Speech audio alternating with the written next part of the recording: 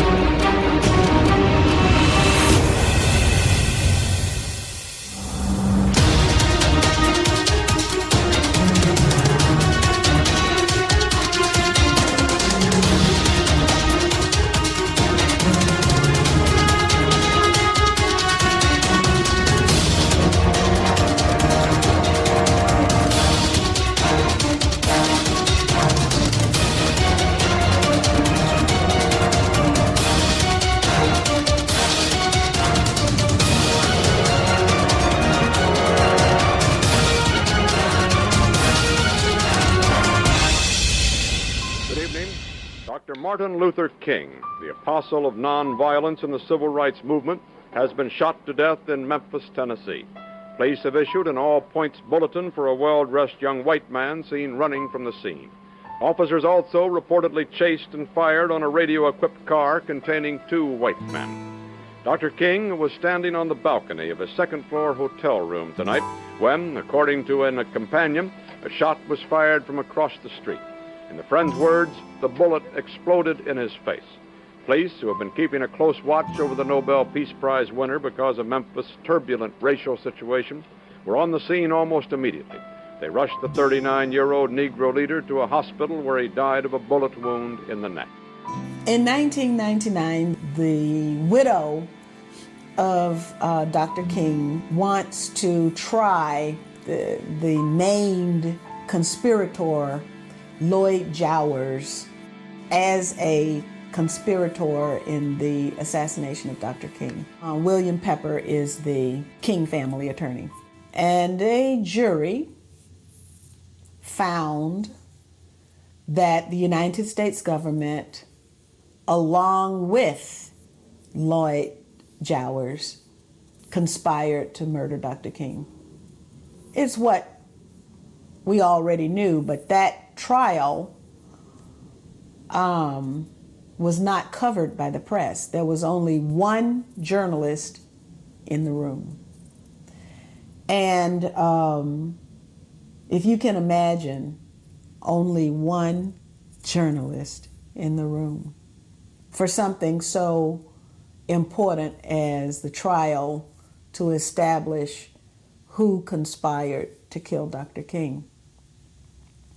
But that also tells us the state of our media. It was at that trial that Dr. King was specifically targeted by name in the counterintelligence program.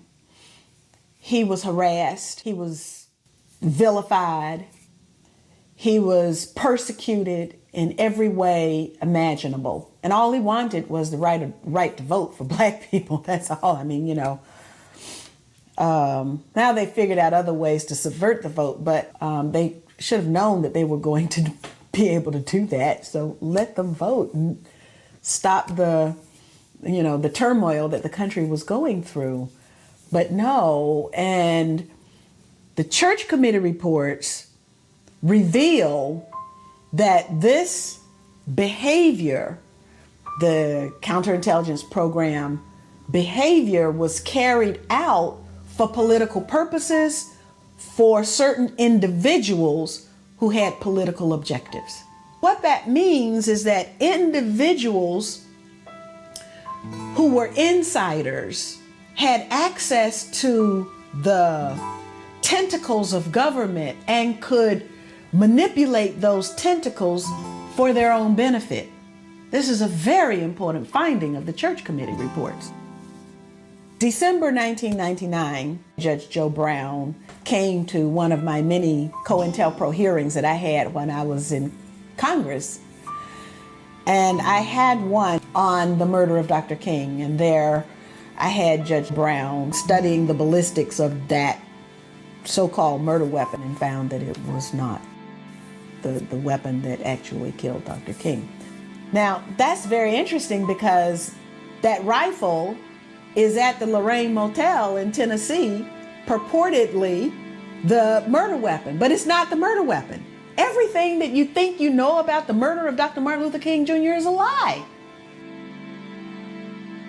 One journalist in the room.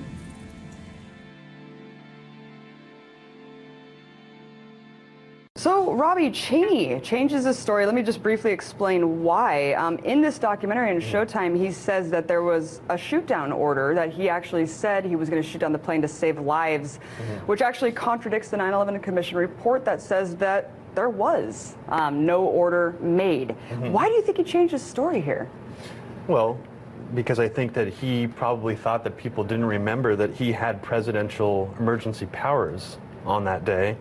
And I mean, the testimony shows that Cheney, was at least criminally culpable for not issuing an evacuation order. During the time that the airplane coming in to the Pentagon, there was a young man who would come in and say to the vice president, the plane is 50 miles out. The plane is 30 miles out. And when it got down to the plane is 10 miles out, the young man also said to the vice president, do the orders still stand? And the vice president turned and whipped his neck around and said, of course the orders still stand. Have you heard anything to the contrary? Plane's 10 miles out, 20 miles out, 30 miles out. Does the order still stand? Cheney's saying, of course they still stand. Obviously, he's talking about a plane coming close. Why do you think there wasn't an evacuation order issued from the Pentagon?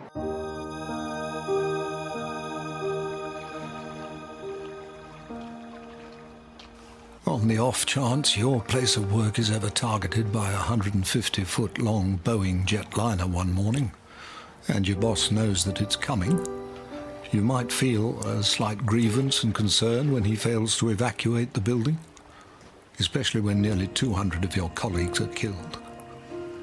April Gallup and her baby boy suffered serious injury at her Pentagon office when it was struck just yards from her desk. Foolishly, she believed she had a right to question this and other failures in a court of law, and to get a fair hearing. But like most questions that surround 9/11, not only do they get fudged, nor make the front pages, they get very special treatment from a judge.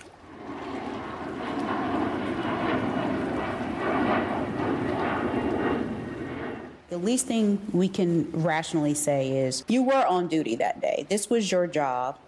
This happened on your watch.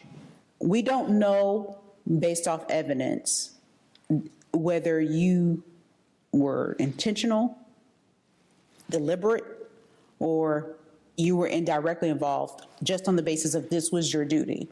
For example, like a CEO. No, you're not responsible for the person the accountant who might run off with all the money, but you're the CEO. You should know the people that you hire. You should know, the type of people that you hire. So we thought that that was a fair, rational premises to bring to court because you failed. I first realized about it through my attorney. He was going over The likelihood of,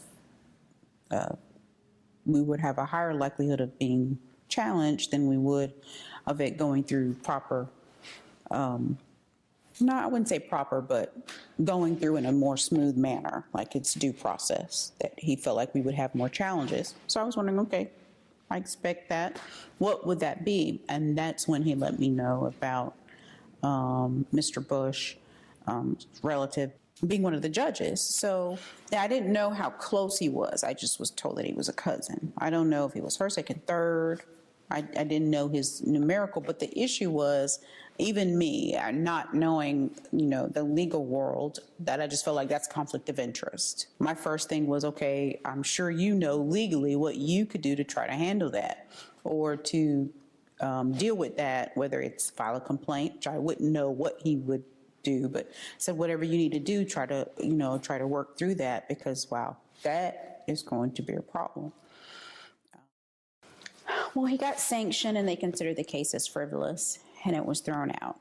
And so that was a big disappointment because we never really got to really present the bulk of the information and the evidence. And so with the frivolous claim, that meant, and not on top of that, we're going to sanction this fine. We're going to give you a fine and make sure you don't do this again. We are anonymous. We do not forget. We do not forgive. Expect us. We are anonymous. We do not forget. We do not forgive. Expect us. We are anonymous. We do not forget. We are anonymous. We do not forget. Your secrets keep me peaceful. Your lies keep me safe. You are satisfied with my ignorance. And you are in control. But we aren't aware. We are anonymous. We do not forgive. And we do not